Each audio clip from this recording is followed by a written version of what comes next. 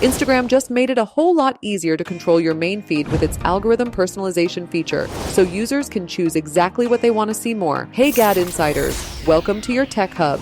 According to Instagram chief Adam Mosseri, the new feature gives users more control over their experience in the app. It empowers people to shape Instagram into something that works for them. He said, people should be able to have a meaningful amount of agency over the products they spend so much time in, but that agency apparently doesn't apply to people who want to see more posts from accounts they actually follow. The feature only works with interest-based topics. If you ask for posts from people I follow, it'll show an error message that said, "No results found." The issue is a sore spot for many creators and businesses on the platform. Mosseri is regularly questioned about why creators' posts don't consistently reach all or even most of their followers. Mosseri acknowledged the frustration and wrote, "Who you follow used to be a meaningful tool people had, and as recommendations took over the main feed, that tool quietly stopped working. Now the main feed is filled with accounts you do not follow," and accepted that personal moments were moving to stories and DMs for good.